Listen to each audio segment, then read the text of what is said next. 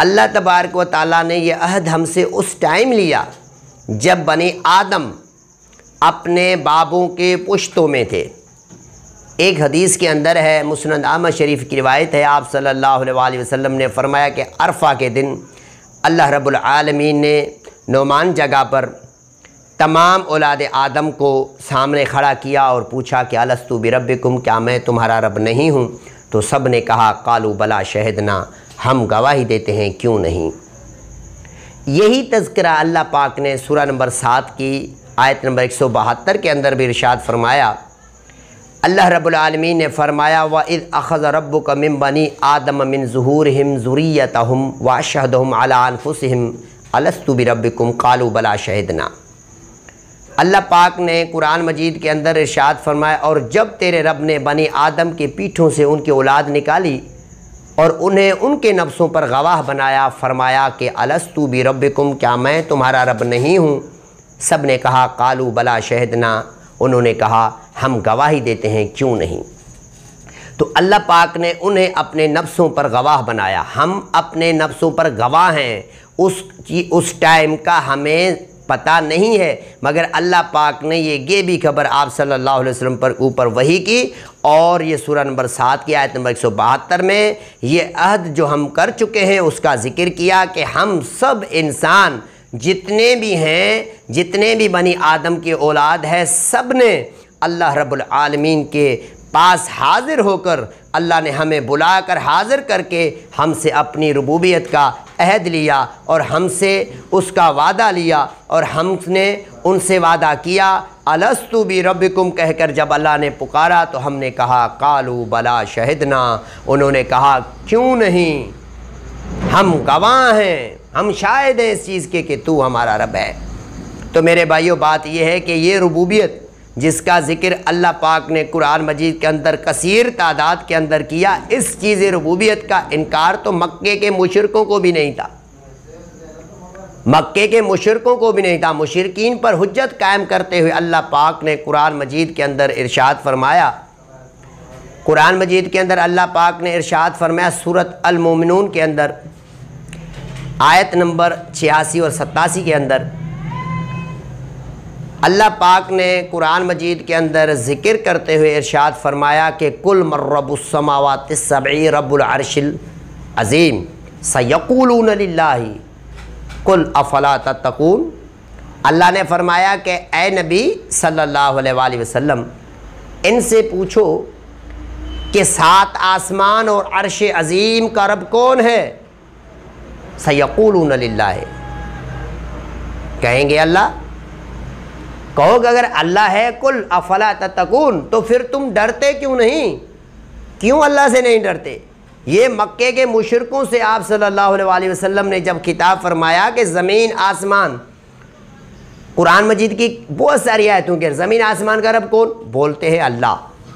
अल्लाह ने इस आयत के अंदर फरमाया कि ए नबी, इनसे पूछो कि 7 आसमान और अर्श अज़ीम का रब कौन है? तो ये मक्के के मुशरिक ज़रूर कह देंगे कि अल्लाह। तो कह दो कि जब अल्लाह है तो फिर तुम डरते क्यों नहीं। यानी मोमिन की एक और सिफत भी होनी चाहिए कि रब को मानते हुए उससे डरते रहना चाहिए। अल्लाह से हमें डरते रहना चाहिए, क्योंकि अल्लाह रब्बुल आलमीन सख्त पकड़ करने वाला है। जो मक्के के मुशरिक थे वो रब मानते थे मगर अल्लाह से डरते नहीं थे, जिसकी सिफत अल्लाह पाक ने कुरान मजीद के अंदर फरमाई अफला तत्तकून, फिर तुम क्यों नहीं डरते। तो अल्लाह को रब मानना काफ़ी नहीं है, मगर उसकी हर सिफत पर ईमान लेके आना है। यानी अल्लाह वाला खौफ किसी और से नहीं रखना चाहिए, अल्लाह वाला डर किसी और से नहीं रखना चाहिए, अल्लाह से रखना चाहिए। वो हमारा हकीकी मालिक है। और यही चीज़ अल्लाह तबारक व तआला ने सूरा इस अल मोमिनून के अंदर ज़िक्र करते हुए इरशाद फरमाया नंबर 86 और 87 के अंदर 86-87 के अंदर कि अल्लाह रब्बुल इज़्ज़त ने इरशाद फरमाया कि ए नबी तुम इनसे पूछो कि 7 आसमान और अर्श अजीम का रब कौन है, तो कह देंगे अल्लाह। कह दो कि अगर अल्लाह है तो फिर तुम उससे क्यों नहीं डरते। यानी मोमिन की एक ये भी सिफत अल्लाह ने बताई कि मुझे रब मानने के बाद एक उसके अंदर ये भी सिफत होनी चाहिए कि वो मुझ अल्लाह से डरे, मुझसे डरे, ताकि मुझसे डरेगा तो ज़मीन पर इंसाफ करेगा, अदल करेगा, किसी के साथ नाजायज़ी नहीं करेगा। जब तक बंदे के दिल में अल्लाह का खौफ होगा, बंदा अल्लाह के खौफ में होगा, तब तक वो अपने और अपने साथ, अपने माशरे में, अपनी दुकानदारी में, अपने जो है माशरे में, अपने महल्ले में, अपने कारोबार में, अपने व्यापार में, तिजारत में अल्लाह के खौफ के साथ, जब तक वो अल्लाह के खौफ का अंदर दिल में अब उसका खौफ होगा, वो ईमानदारी करेगा, किसी से ज़्यादा नाजायज़ी नहीं करेगा, झूठ नहीं बोलेगा, गलत नहीं करेगा। और जब इंसान के दिल से अल्लाह का खौफ निकल जाता है, फिर वो बंदा अपने रब से दूर हो जाता है। और यही चीज़ अल्लाह पाक ने कुरान मजीद के अंदर आप सल्लल्लाहु अलैहि वसल्लम की ज़बानी हमें बताया कि नबी इनसे पूछो कि 7 आसमान और अर्श अजीम का रब कौन है। वो कहेंगे कि अल्लाह। अगर कहो कि अल्लाह तो फिर तुम उससे क्यों नहीं डरते। तो मेरे भाइयों, बात यह है कि इस्लाम एक ऐसा मज़हब है जिसके साथ हम जुड़ेंगे कभी भी परेशान नहीं रहेंगे। और जब हम अपने रब हकीको को छोड़ देंगे, हकीकी रब को छोड़ेंगे, हम दुनिया में भी रुसवा होंगे और आखिरत का अज़ाब भी हमारे लिए, ज़िल्लत भी हमारे लिए, दुनिया में तबाहियाँ हमारे लिए, परेशानियाँ हमारे लिए। मेरे भाइयों, बात यह है जो जितना मुसलमान आज परेशान है उसका सबब सिर्फ़ ये है कि इंसान अपने रब से दूर है। और जब तक बंदा अपने रब से दूर रहेगा, वो अल्लाह रब्बुल इज़्ज़त भी उससे जो दूर रखता है। जिस तरह की एक हदीस के अंदर आता है कि आप सल्लल्लाहु अलैहि वसल्लम ने फरमाया कि बंदा अगर अपने रब की तरफ सफ़र करता है, उठता है, तो अल्लाह तबारक व तआला, वो चलता है तो अल्लाह दौड़ के आता है।